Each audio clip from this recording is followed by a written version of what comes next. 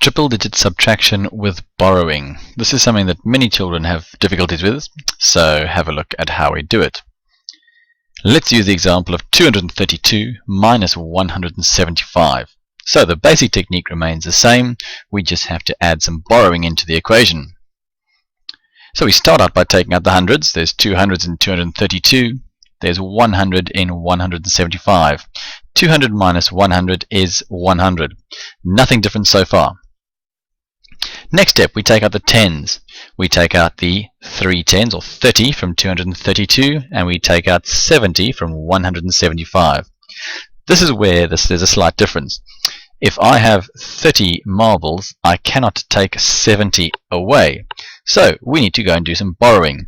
We always borrow from the number above. In this case, the number above the tens is the hundreds. So we need to borrow from the hundreds. We always borrow a complete 10 or 100, depending which one it is. In this case, we take the whole 100.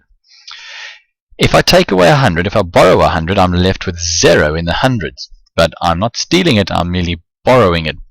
So if I borrow 100, it needs to go somewhere. And the 100 goes over here. So the 30 now becomes 130, and 130 minus 70 is a sum that can be done. So if I have 130 marbles and I take away 70, I'll be left with 60.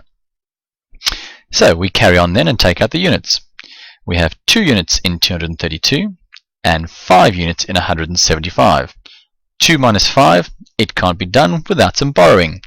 So now that I need to borrow in order to get the units to be done properly, I need to go 1 up. I need to go 1 above, and that's the tens. I need to borrow from the tens. So I take a complete 10, a set of 10 out. So I need to take 10 from 60. And if I do that, if I take away 10, the 60 now becomes 50. But as I'm borrowing, it needs to go somewhere. So the 10 that I've borrowed appears over here. So 2 now is 10 added to it, and it becomes 12. 12 minus 5 gives me an answer of 7.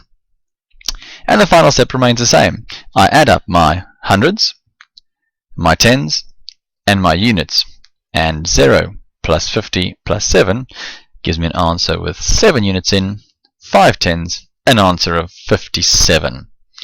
If there's anything you still didn't understand, go back or rewind and have a look at how we did that, and then practice some on your own. Good luck.